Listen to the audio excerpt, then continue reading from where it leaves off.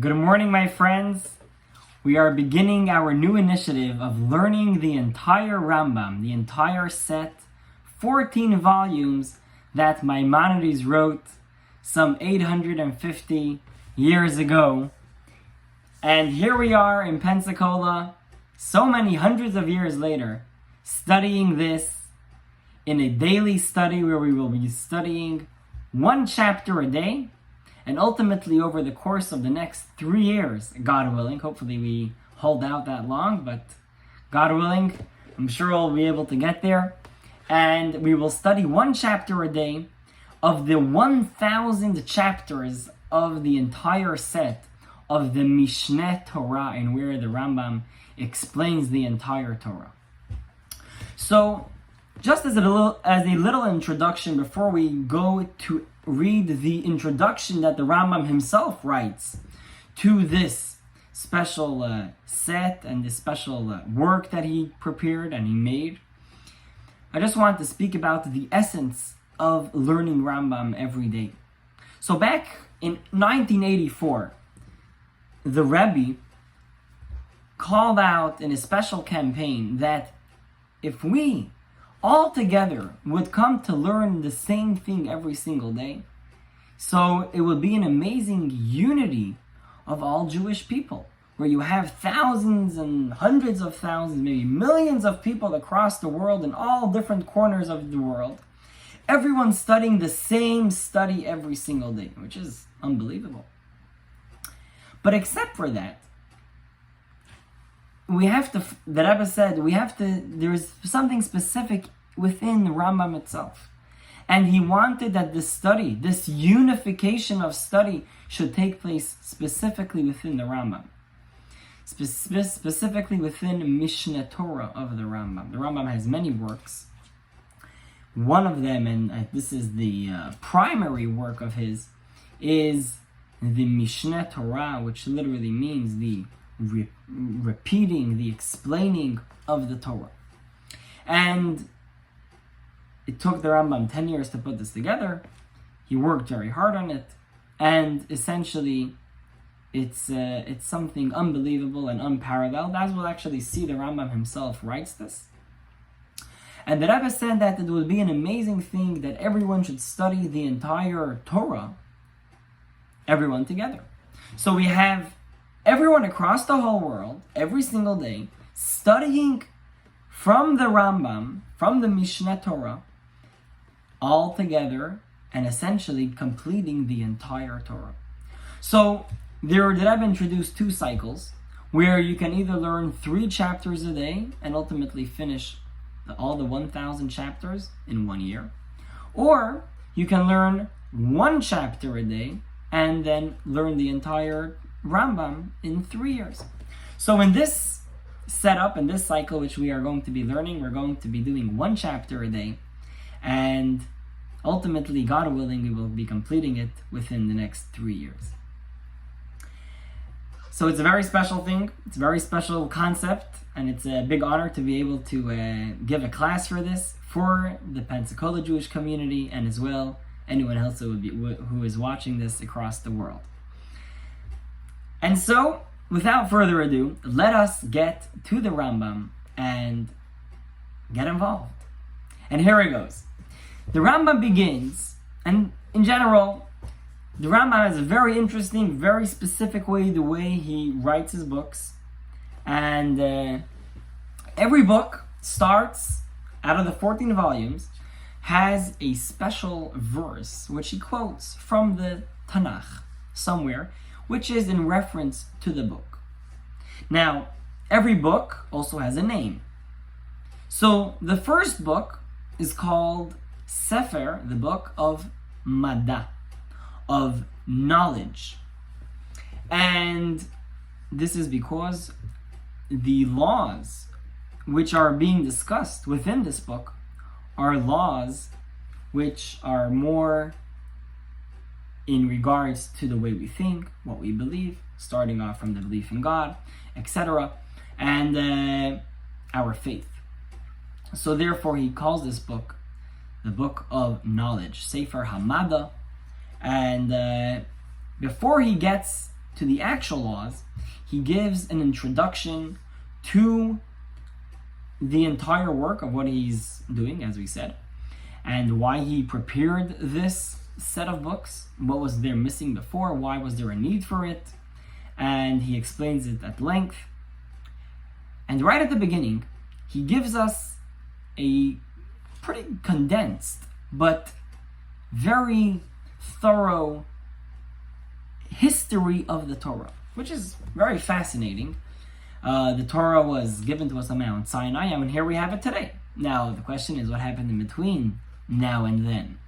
So, at the Rambam's time, the Rambam is coming to explain how from Mount Sinai all the way down till the Talmud, how the Torah was passed over from generation to generation, and essentially that all the explanations which he is bringing here in his work of the 14 volumes, he didn't make up himself, but rather he is taking this from the Talmud, from the oral law of the Torah.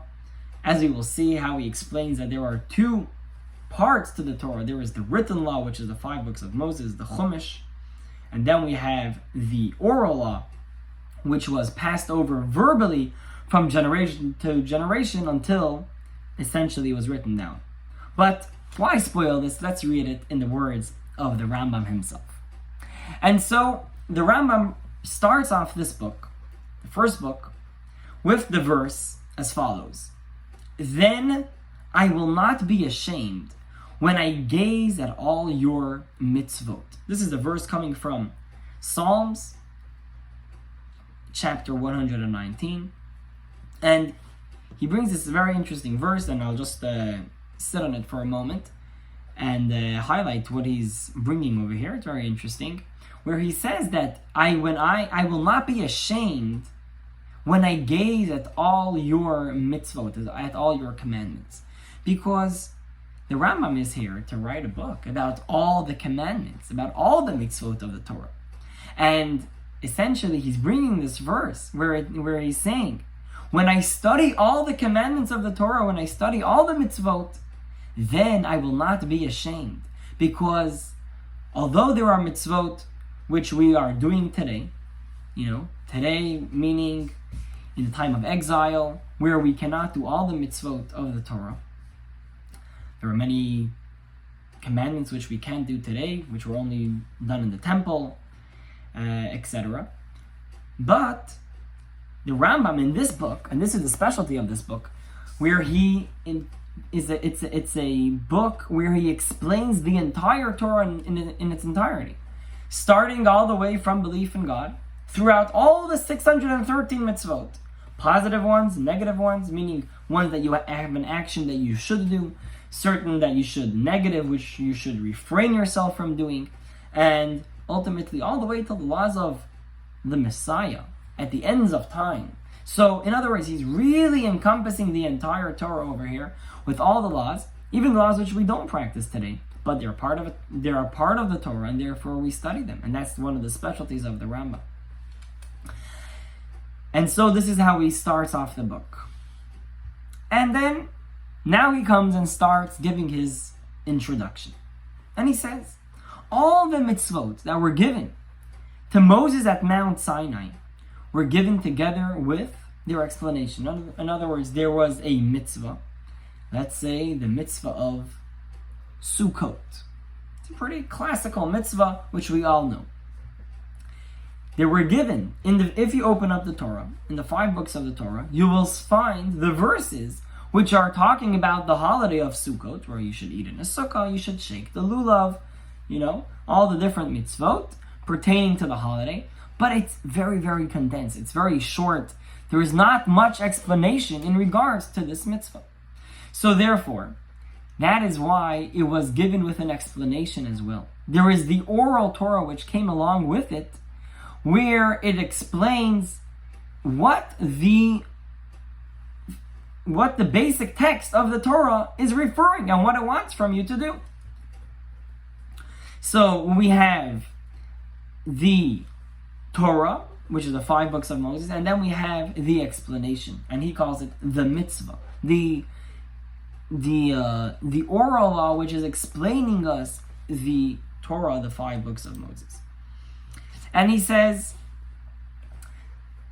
so therefore, we have the entire Torah, the 5 books, which was written by Moses himself. He himself actually wrote it in his own handwriting. And he gave it to all the 12 tribes of Israel. And the oral law, he gave over to the elders of the Jewish people. So he wrote the Torah in its written form, the 5 books of Moses, which we read, the Chumash, the Bible as it's called. And then the oral law was given and transmitted over verbally to the elders, and ultimately through them to all the Jewish people. Now, then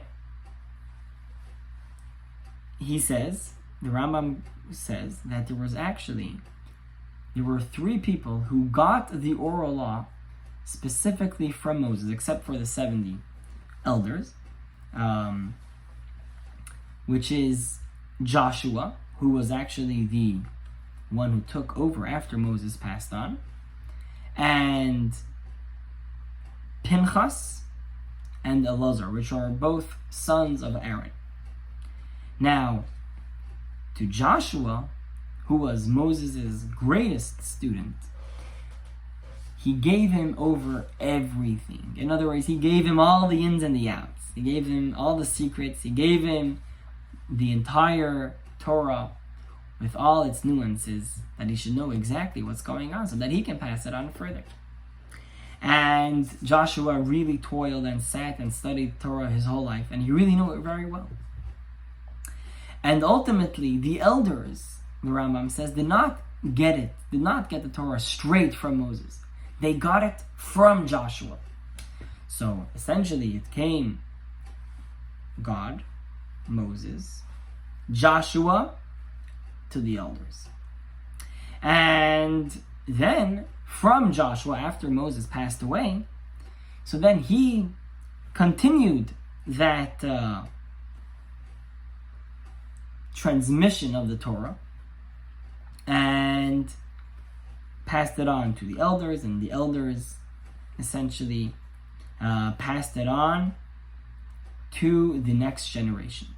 So I'll just take a little pause here, and now we understand the base of how this works. So we have the Torah given from God on Mount Sinai to Moses, and ultimately Moses receives it, passes it over to his closest student.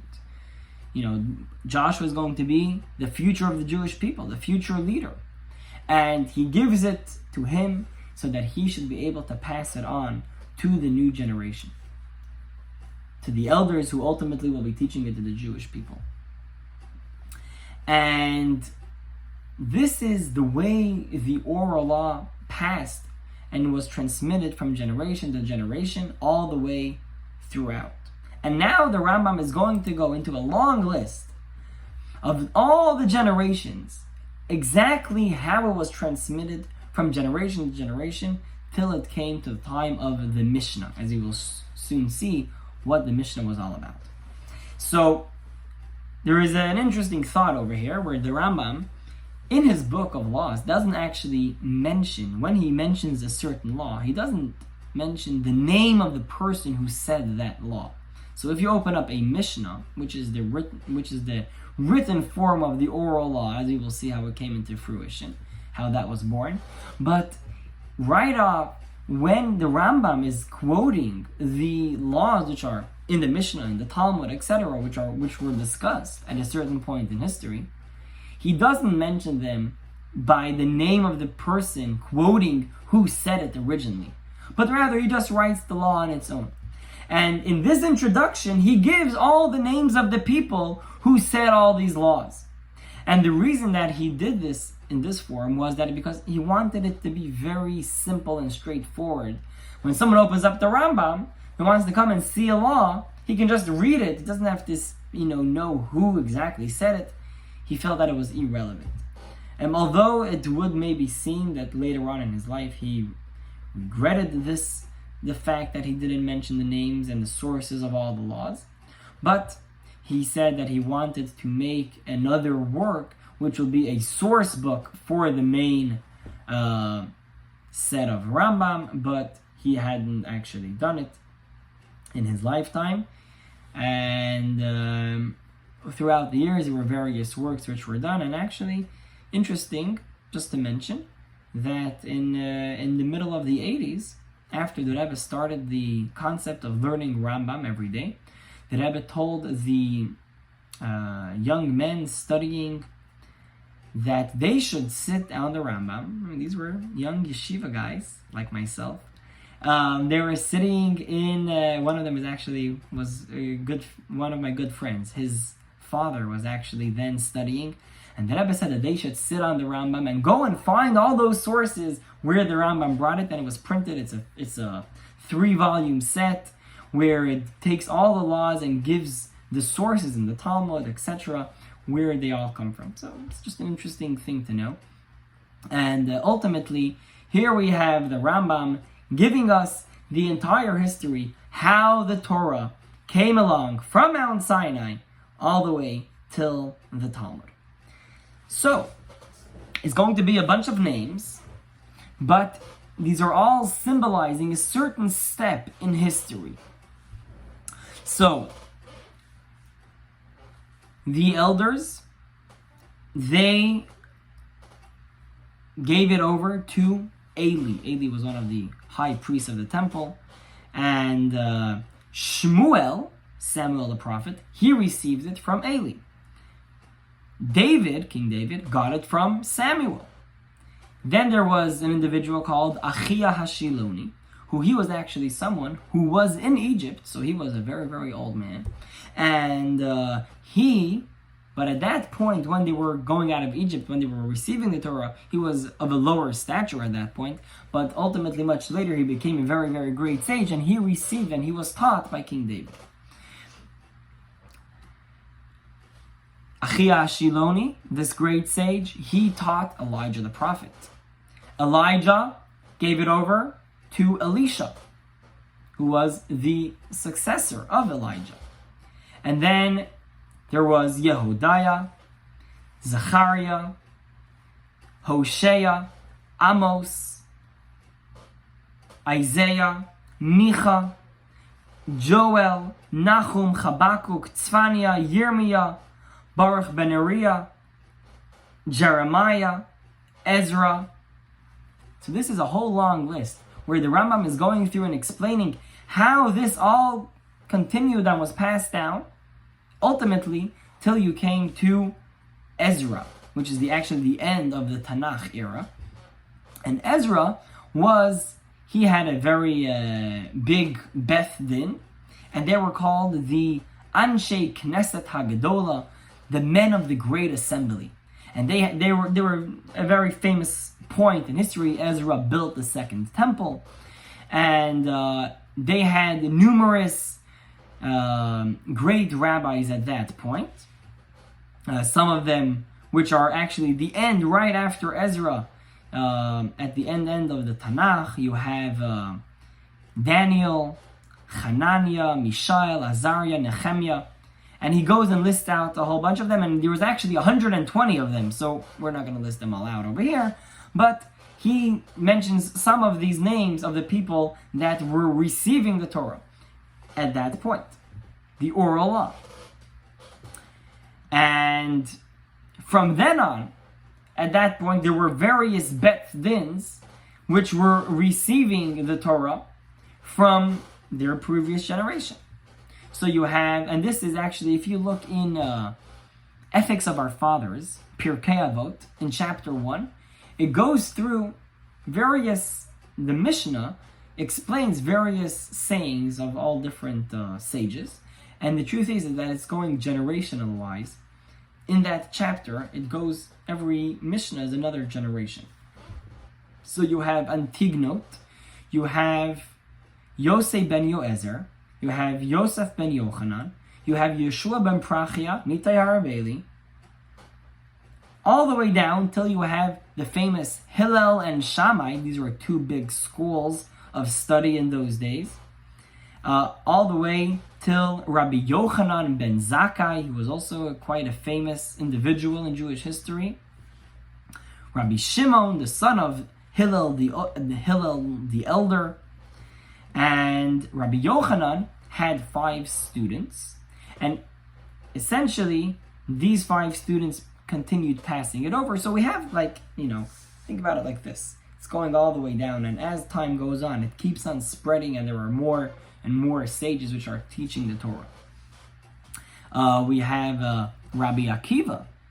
He's a very famous individual in Jewish history. We have the story how Rabbi Akiva didn't study. He didn't know, he was illiterate until the age of 40. And then when he was 40 years old, he went, and his wife convinced him that he should go start studying. And he went and he became one of the greatest sages in Jewish history. So here, this is his point in the timeline of history. You have Rabbi Yishmael, you have Rabbi Meir, and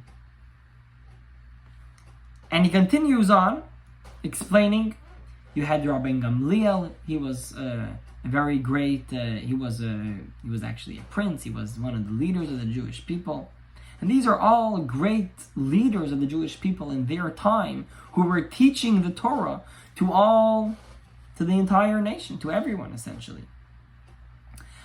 All the way till you come down to Rabbi Yehuda Hanassi, or as the Rambam calls him, Rabbeinu HaKadosh, our holy rabbi.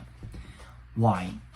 Because he had a very big specialty, and the Rambam sits and explains his specialty over here, and he gets involved in explaining what Rabbi Yehuda did.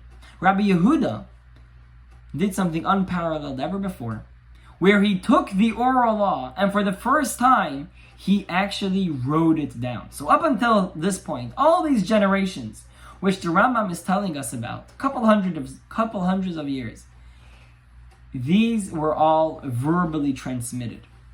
Rabbi Yehuda, in his time, the Romans were getting stronger, and the Jewish people didn't have as many rabbis studying, etc. And it was Rabbi Yehuda saw that if we don't transcribe the oral Torah, in other words, the entire explanation of the written law, because if you just open up the 5 books of Moses, you won't really understand what you're supposed to do. So all this oral law, which is really, the handbook to tell you what's the Torah trying to tell you, is about to get lost, and that would be detrimental. So therefore, Rabbi Yehuda gathered all the sages together, and he put together the book of the Mishnah, which is a 6-volume book, which had within it all the laws, very, very shortly and condensed, but it was in order that there should be a one solidified book where you have from all these great rabbis from history, all being in one book, explained in short, to the point, exactly what you're meant to do. And so everyone, he made like a big convention, really, where he gathered all the great rabbis of that time, who they all heard from their respective rabbis, and each one had their little notes of, what they were writing when they were listening in class, and so on and so forth. And ultimately, they brought it all together, compared notes, saw where the arguments are, figured them out, and wrote it down. And that's where the Mishnah was born. And it was an amazing thing, because up until that point, there was no written official book of the Torah, of the explanation of the Torah. So you had the 5 books of Moses, but that was that. Everything else was, oral. You had to go to yeshiva to go and study it. If you didn't, you wouldn't know. I mean, you might hear, you might get a little manuscript which someone might have written unofficially, but again, you can never know how reliable it is, etc. And here he came and he wrote down the entire oral law of the Torah so that the Torah should never be forgotten from the Jewish people. And it was an amazing breakthrough, and it's unbelievable what he did. And essentially, till today, here you can see on the shelf behind me, we have the Mishnah. Right up on the top shelf is the Mishnah, where we are studying this. This is giving us the basis of understanding of the oral Torah, of the explanation of what we're supposed to do. And they started studying and teaching the Mishnah to everyone, and essentially this became the base of where you were studying from. And obviously you had lots of explanation and commentary on the Mishnah and so on, but this was the base and core text. And then you had explanation and commentary on the Mishnah. So you had, for instance, the various midrash works, sifra, sifri, which you had various rabbis coming and explaining different parts of the Torah, of the laws, which are really as a commentary on the side of the Mishnah. And in other words, once the breakthrough for writing down the oral law had taken place, so now more books were being written down, and there was more commentary on the Torah. In other words, the oral law was starting to grow. And you had Rav, who wrote the Sifra and the Sifri. You had Rav Chia, who was also a great rabbi, who wrote the Tosefta, and other rabbis, all the way till you come to the Talmud. Now, the Talmud was a couple hundred years later, but they were studying the Mishnah and ultimately discussing everything, all the various laws, and they're trying to get to the bottom of it, because this was many years later and they didn't have the initial thoughts of what they were thinking when they were writing it. So here they were arguing it out.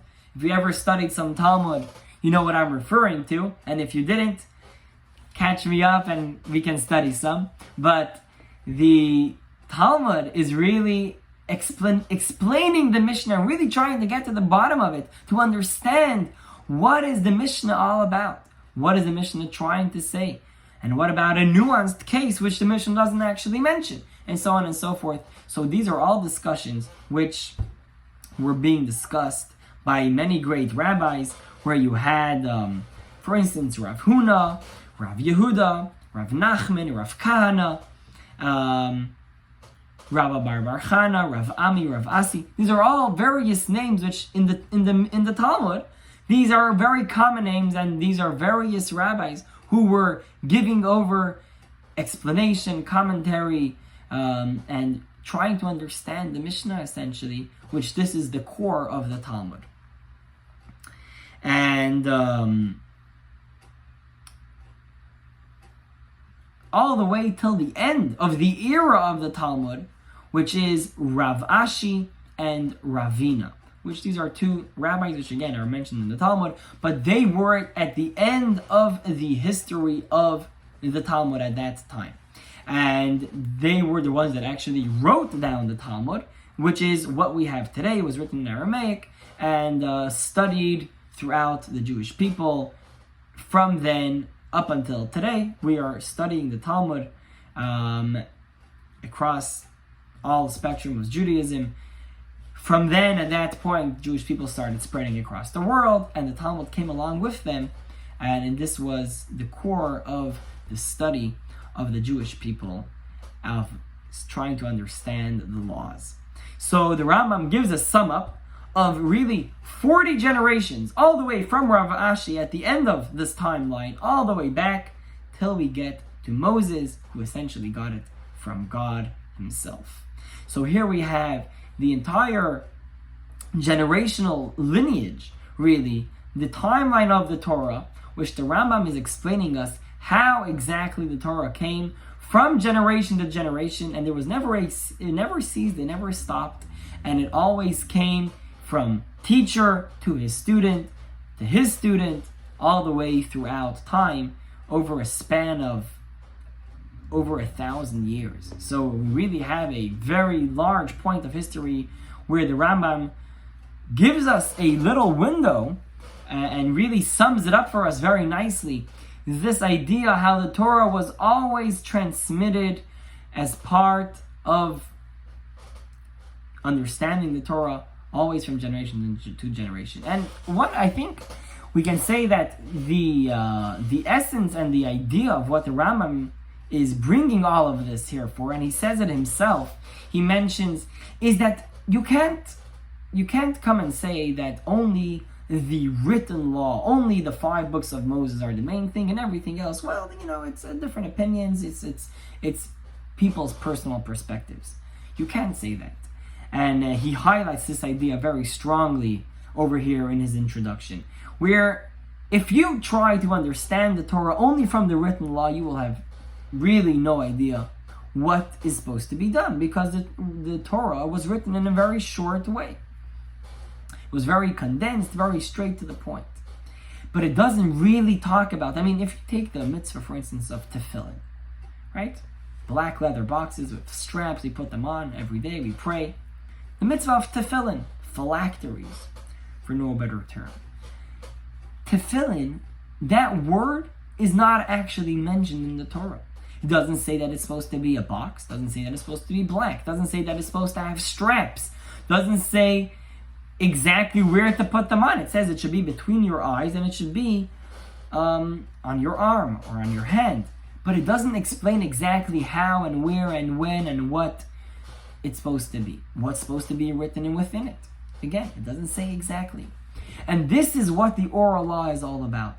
The oral law came along with Moses from God on Mount Sinai when he was on the mountain for 40 days and 40 nights, listening to the Torah from God, and essentially getting all this explanation on exactly how you're supposed to understand the Torah.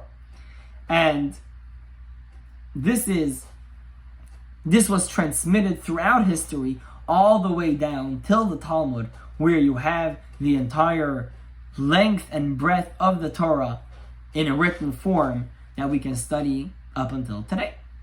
And at this point, the Rambam concludes this part of his introduction, and he continues, but we will see tomorrow.